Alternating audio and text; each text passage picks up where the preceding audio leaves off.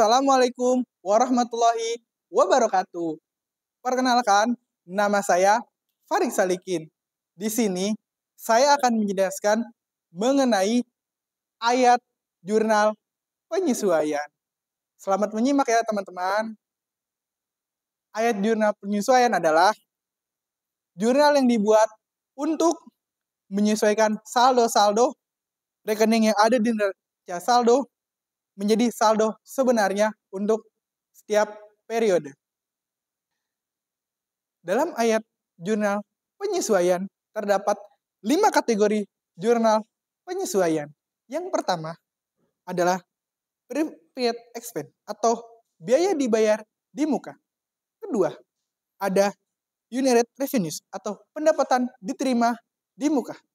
Ketiga ada accrued expense atau biaya yang masih harus dibayar. Keempat, ada accurate revenue atau pendapatan yang masih harus diterima. Kelima yang terakhir adalah unsur-unsur estimasi. Yang pertama adalah biaya dibayar di muka. Unsur-unsur dari aset yang hanya menjadi beban karena digunakan sepanjang operasi. Contohnya seperti perlengkapan. Di sini ada sebuah contoh. Yang pertama ada perlengkapan, yaitu jikalau memiliki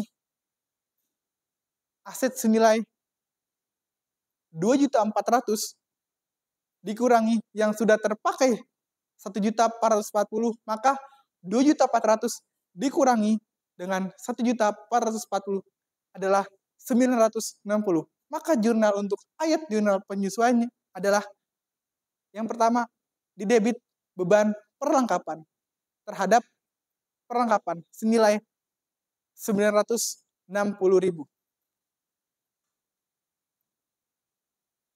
Kemudian adalah pendapatan diterima di muka. Unsur kewajiban yang diharapkan menjadi pendapatan selama berlangsungnya operasional perusahaan. Contohnya, sewa diterima di muka.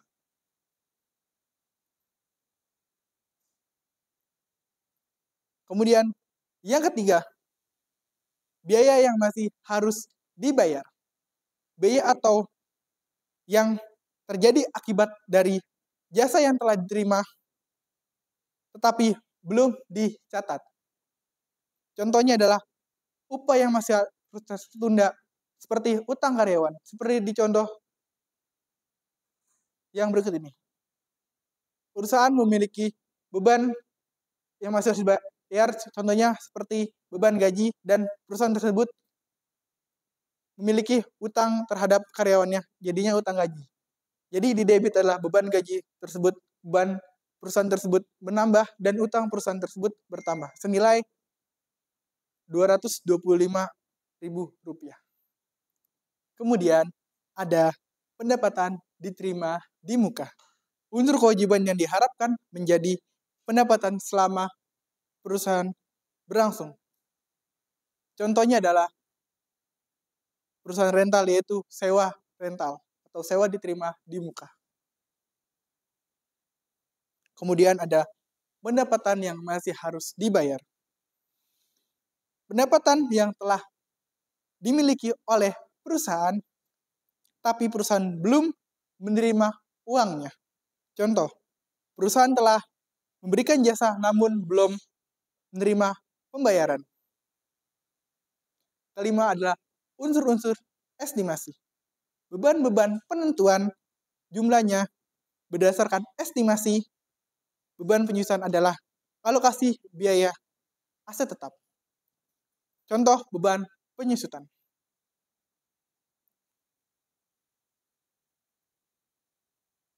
Contoh beberapa soal pada ayat jurnal penyesuaian. Yang pertama, perlengkapan yang masih tersedia 1.440.000. Yang tadi kita sudah bahas bahwasanya perlengkapan awal itu 2.400.000 dari neraca saldo. Dikurangi dengan soal seperti ini dengan angka 1.440.000.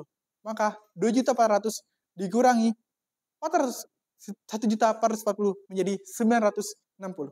Kemudian adalah perlengkapan asuransi dibayar di muka yang telah dimanfaatkan sebesar 25.000. Jadi jurnal adalah beban asuransi pada asuransi dibayar di muka senilai 25.000. Yang ketiga, jumlah pendapatan jasa diterima di muka yang telah dimiliki senilai 400.000. Maka jurnal adalah pendapatan diterima di muka pada pendapatan jasa senilai 400.000. Yang keempat ada beban gaji yang terutang senilai 225.000. Maka jurnal adalah beban gaji pada utang gaji senilai 225.000. Yang kelima adalah jumlah pendapatan jasa yang telah dimiliki. Maka jurnalnya adalah piutang pada pendapatan jasa senilai 400.000. Yang kelima adalah penyusutan peralatan kantor senilai 60.000. Maka jurnal adalah beban penyusutan pada akumulasi penyusutan peralatan kantor senilai 60.000. Ayat jurnal penyesuaian ini dibuat setelah membuat jurnal umum, kemudian buku besar, lalu membuat sebuah neraca saldo. Setelah membuat neraca saldo, maka dibuat ayat jurnal penyesuaian untuk menyesuaikan saldo. Baik, di sini saya akan menyimpulkan daripada ayat jurnal penyesuaian, yaitu ayat jurnal penyesuaian berguna agar akun-akun nominal, yakni akun pendapatan dan beban bisa diakui pada suatu periode serta menunjukkan situasi keadaan sebenarnya.